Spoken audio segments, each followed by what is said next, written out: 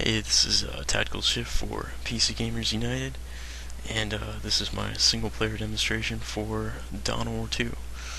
As you see right here, I'm starting up a campaign, and if you caught it, it does have the co-op feature, as you can see with the invite a friend button. And basically what I'm going over right now is I'm on the third day in the campaign, and it basically gives me two different missions I can do, where two different I guess you could call them sergeants, are basically causing trouble in these two provinces. One of them is Gut Wrencher, which is a larger orc wielding like a big power axe, and the other one was Sky Killer. And he's basically a big guy with a knife and a jetpack. I chose to go after Gut Wrencher first, and I'm going to play through this entire mission and show you guys how the game works.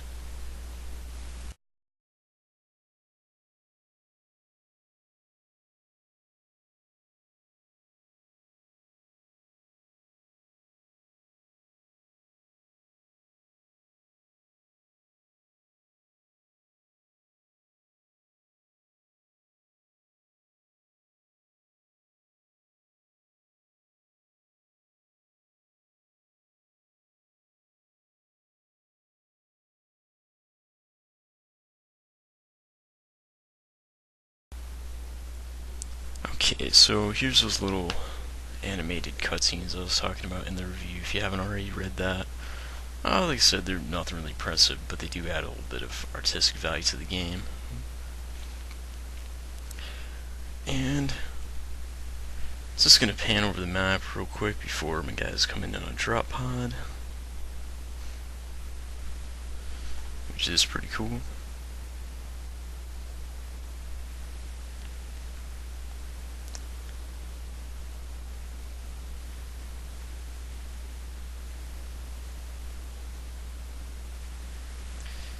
Alright, and now my guys have dropped in.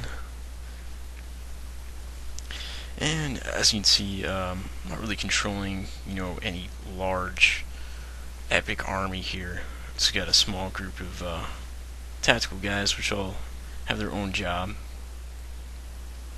The guy with the glow around him, of course, is my commander. He's the main character playing the game, and he is basically a melee tank. Is how he starts off. I mean, he's really tough to kill, really good in close combat. And I just had my scouts take out that building with a demolition charge. And I'm having my heavy gunners and my regular riflemen take out what's left of the forces. Now, you don't have to set up your commander as a melee tank, and after I play through this mission, I'll show you guys the stat system and stuff like that. He's really pretty flexible. There's a lot of things you can do with him. The rest of the side characters, like my scouts, my riflemen, my heavy gunners, they're not really as flexible. The rifleman, you can turn that into a melee squad if you like, but the rest of the guys will basically stay what they are, whether they be ranged combatants, melee combatants, or somewhere in between. But still, you can customize their abilities and things, and really give your army the feel that you want.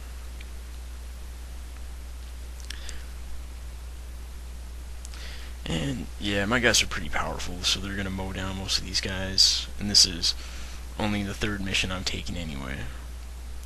That box right there that I picked up, the supply drop, just like you saw earlier in the when I first dropped in, those restore certain abilities that are given to you by war gear, such as the frag grenades that my riflemen have.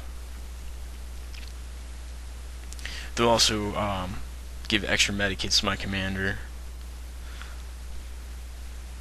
And I'm going to drop my heavy gunners in that building, so they have plenty of cover, can still provide enough support fire, moving in my riflemen, and I'm going to blow up this other building with my scouts.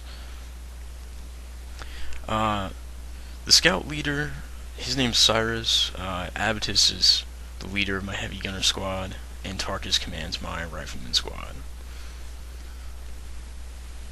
My force commander. Let me see what I named him. Okay, so I named him Shift. Yeah, I got multiple campaign files, and you gotta name your force commander or something different for each one.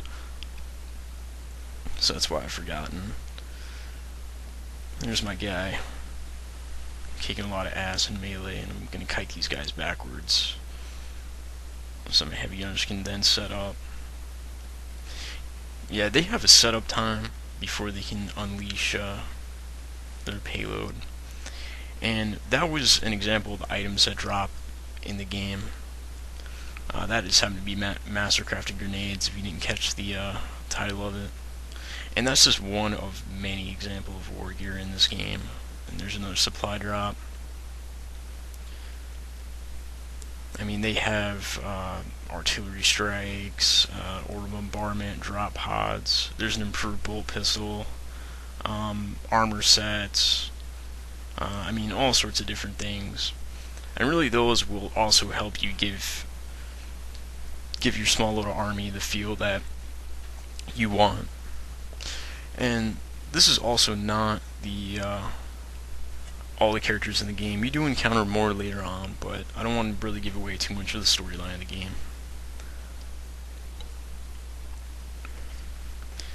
And yeah, just pause for a second, because one of my friends was typing to me on Steam, so just had to get rid of that real quick. So sorry about the delay. Probably should have put something in my Steam status so I was recording this video.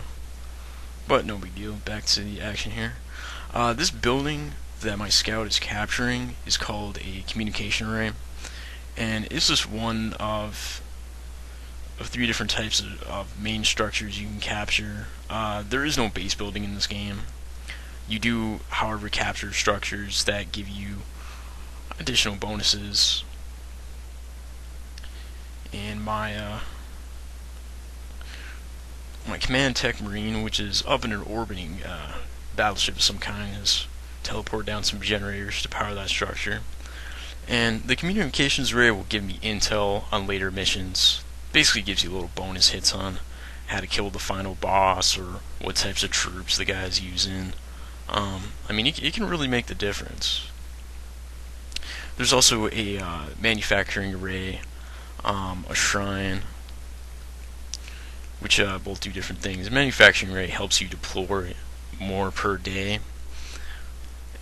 Basically, the campaign is split up into a number of days, and the more deployments you get, the more optional missions you can do, which basically gives you more gear and helps you level up your guys. But it's no big deal if you don't grab every additional deployment in the game or do every single side mission. It's not going to take away from the game in the least. And I'm laying down all sorts of fire on these orcs. The red flashing above their head, if you can catch it, says suppressed. That's one of the game's many mechanics. My heavy gunners are the guys that give them that movement debuff. And any sort of weapon that flings out a high volume of fire will have that effect. Certain guns on tanks. Every other race has their own counterpart. Like the orcs have a big shooter, which is basically a big machine gun that does the same thing. They also have a death gun, which is like a double barrel machine gun that'll suppress even faster. Different abilities can suppress, as well as the Eldar's shuriken cannon, which is also another machine gun type weapon.